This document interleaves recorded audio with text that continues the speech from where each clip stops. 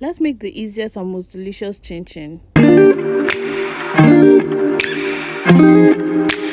And the ingredients you need are half teaspoon baking powder, 6 cups of all-purpose flour, 2 large eggs, 1 cup of sugar, 200 grams of margarine, 1 cup of milk, 1 teaspoon flavor, any flavor of choice, 1 teaspoon nutmeg, half teaspoon salt. In your bowl of flour, already sifted flour, you would have to sift it before you continue. You would add 1 teaspoon of nutmeg. It's for good flavor and aroma. Try it and you'll thank me later if you don't. But it's actually optional. You can decide to add it or not. But for extra flavor, it's good to add it. You'll add half teaspoon baking powder, leveled teaspoon. If it is full, you level it. As you can see, I was using my finger to do that. You level your ingredients. You don't heap it and add. No, you level it. You add half teaspoon of salt,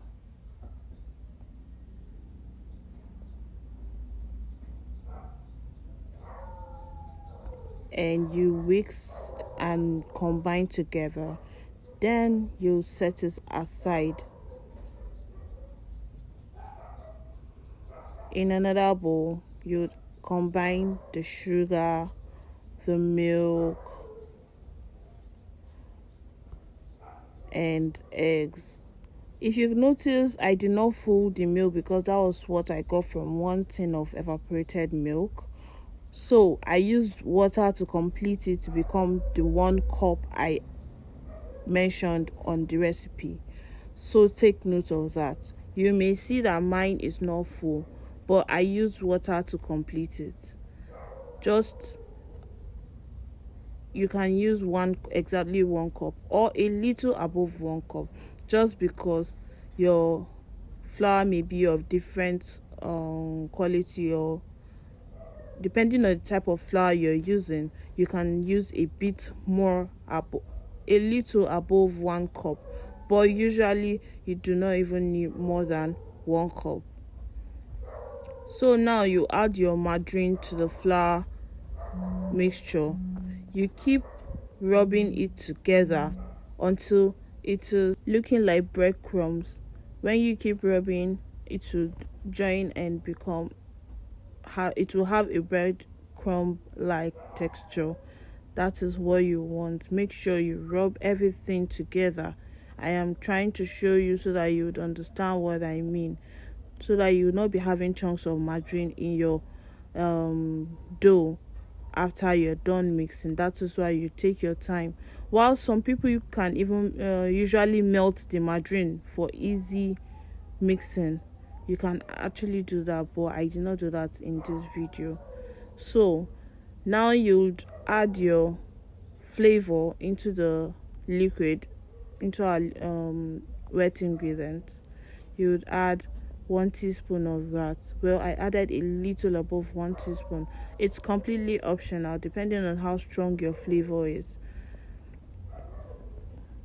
I added coconut flavor in mine, but you can choose to add other flavors. You can choose to add orange flavor. You can choose to add pineapple flavor. You can even add milk flavor instead of this.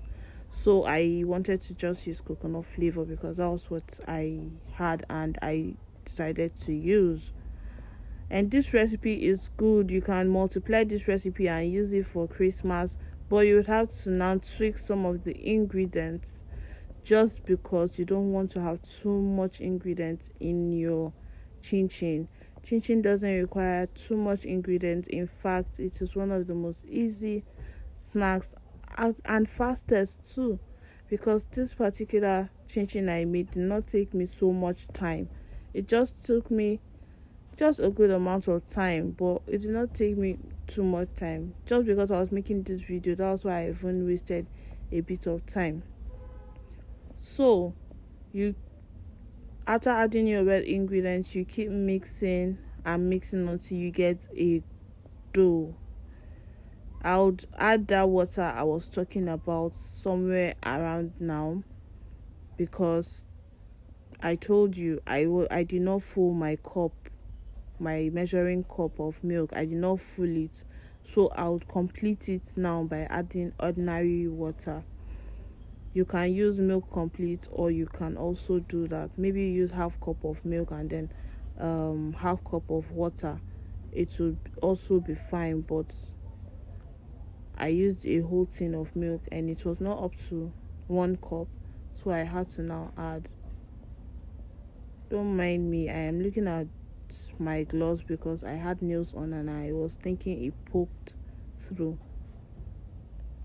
So now I transferred everything to my work surface because the bowl was too small.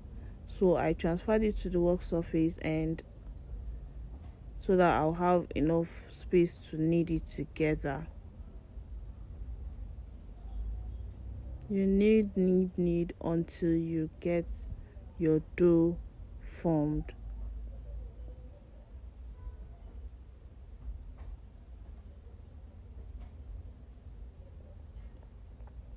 I use the dough to clean down my bowl of wet ingredients so that it doesn't waste.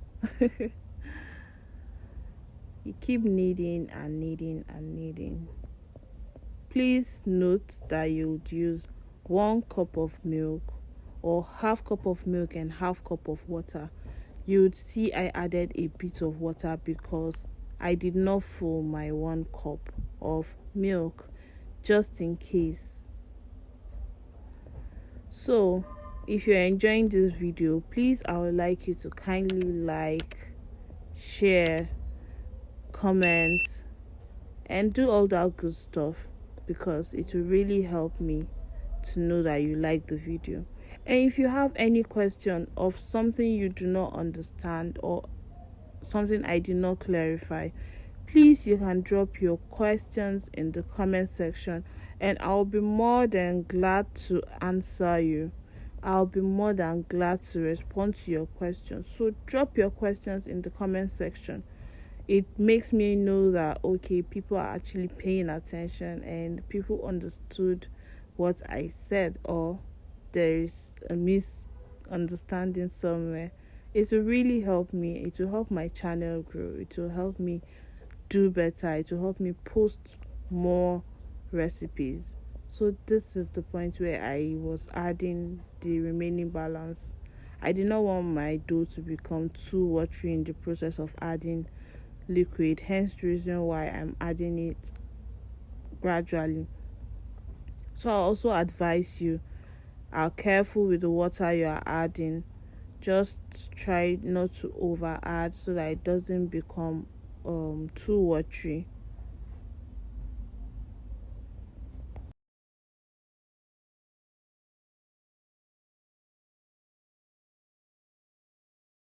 All you need to do is just gather your dough together and it is done. After, you see it is very pliable and well mixed. I'll put it in a bowl and leave it for 30 minutes to rest. You leave it for 30 minutes to rest and we will get back to the video. So the dough is done resting and you would start to roll the dough.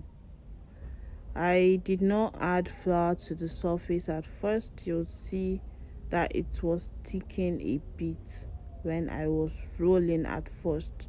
So instead of that, I had to pack it and roll again.